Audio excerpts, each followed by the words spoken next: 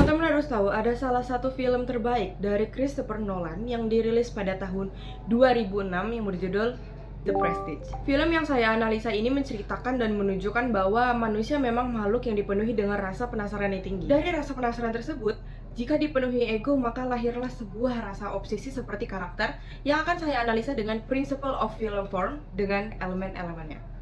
So, are you watching closely? Film ini mengisahkan bagaimana dua pesulap, yaitu Robert Anger dan Alfred Borden. Namun persaingan ini terjadi semakin sengit karena ada satu tragedi yang membuat batu loncatan bagi mereka. Alhasil, kedua pesulap ini berpisah dan bersaing dengan sengit. Namun dalam persaingan ini terdapat ego, ilusi atau sains, pengorbanan demi ego dan popularitas.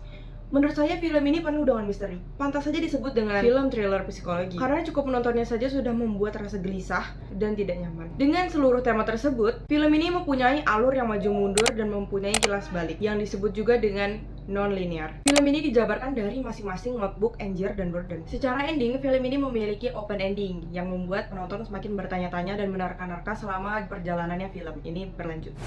Lalu yang selanjutnya kita akan membahas karakter-karakter dan fungsi-fungsinya. Yang pertama ada Robert Anger. Dia adalah pesulap yang akhirnya diambil alih oleh dendam dan obsesi dari rivalnya sendiri. Lalu yang kedua ada Alfred Borden, pesulap jenius yang penuh misterius. Yang ketiga ada Cutter, insinyur dan mentor bagi Anger. Ia merupakan bentuk self-control dari ego yang besar agar tidak berubah menjadi obsesi seperti Anger. Lalu selanjutnya ada Olivia Wenscombe, asisten dari kedua pesulap tersebut yang menunjukkan jalan cerita lebih mendalam. Selanjutnya ada Sarah Borden, istri dari pesulap Alfred Borden yang menggiring perspektif dari Borden dalam cerita. Ia memvalidasi perspektif penonton bahwa Borden adalah sosok yang misterius bahkan dalam keluarganya sendiri. Yang terakhir ada Nikola Tesla, ilmuwan jenius yang membuat mesin dengan ilmu dan teknologi dalam ilmu sulap yang belum pernah ada. Dan ia juga membantu Anger dalam obsesi trik sulapnya. Dalam film ini sendiri sulit untuk menentukan mana yang baik dan mana yang jahat, mana yang protagonis dan mana yang antagonis, karena masing-masing dari kedua pesulap tersebut memiliki alasan yang reasonable dalam menunjukkan trik sulap mereka. Ada yang hobi dan profesionalitas, dan ada juga hobi yang akhirnya menjadi obsesi. Karakter yang memiliki development besar sendiri itu adalah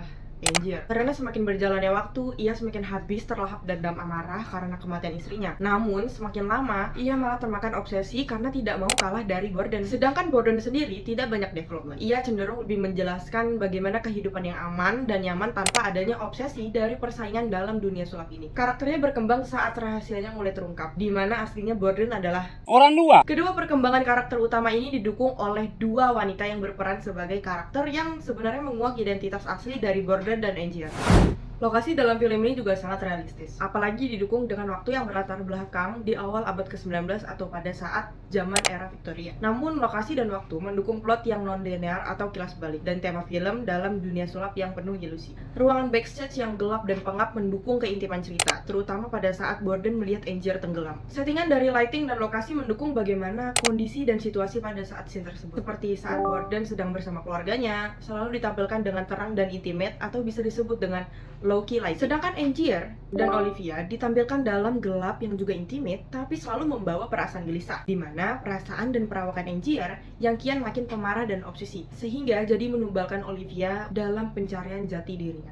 Lighting dapat mempengaruhi bagaimana karakter itu terbentuk. Lighting juga dapat membuat penonton dapat mengetahui keadaan dan situasi pada saat scene tersebut. Dalam film ini, lighting tidak konsisten dan lebih dominan warna ton coklat kegelap atau coklat kehitaman, yang biasa juga kita sebut low-key lighting. Dominan warna dalam setiap scene berwarna coklat kegelapan hingga hitam yang semakin menunjukkan intimidasi dari obsesi dan rivalitas dari kedua pesulap. Kostum atau pakaian dari semua karakter ini mendukung latar belakang dari lokasi film, yaitu London sekitar tahun 1890 sampai awal tahun 1900-an. Simbol ikonik dari kostum ini adalah warnanya yang menyesuaikan tone film, yaitu coklat hingga kegelapan. Namun jika dibahas lebih mendalam, masing-masing kostum dari karakter utama, yaitu kedua pesulap Anger dan Borden, mereka sebenarnya punya perbedaan. Dalam scene awal, Anger dan Borden memakai kostum yang mencerminkan rakyat menengah ke bawah. Namun, seiring berjalannya waktu, Anger berpakaian lebih elegan dan modis yang menyimbolkan statusnya sebagai pesulap tersohor. Sedangkan Borden konsisten dengan berpakaian yang tidak terlalu menonjol dan praktis, mencerminkan karakternya yang bekerja keras dan sederhana. Adanya repetisi dari kostum mereka hanya pada Fallon dan Borden, karena mereka kembar dan memiliki kehidupan yang sama. Jadi, kostum yang mereka pakai itu justru berulang. Selain itu ada kumis dan jenggot jenggot yang menyimbolkan penyamaran bagi Angier,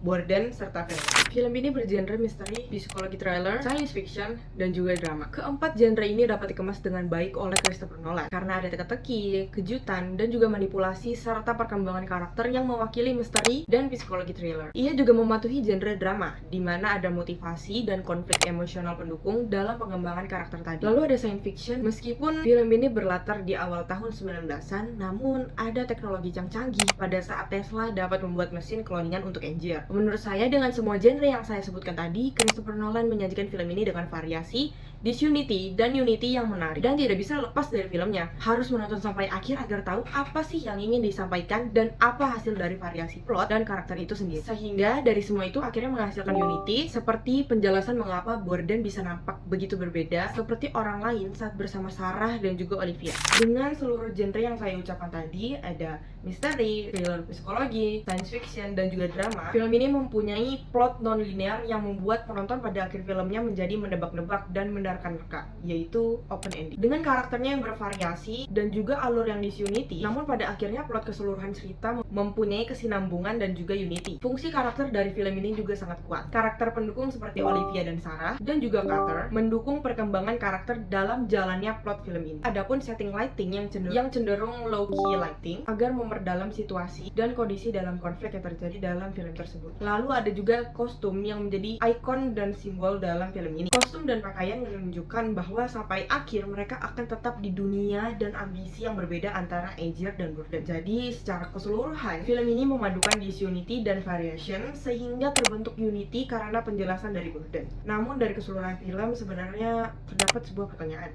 seperti sisi Borden mana sebenarnya yang mengikat tali sampul pada saat istri Angier meninggal, dan sebenarnya sisi Angier mana yang mati dan menjebak Borden agar Borden dipenjara. So, are you watching closely?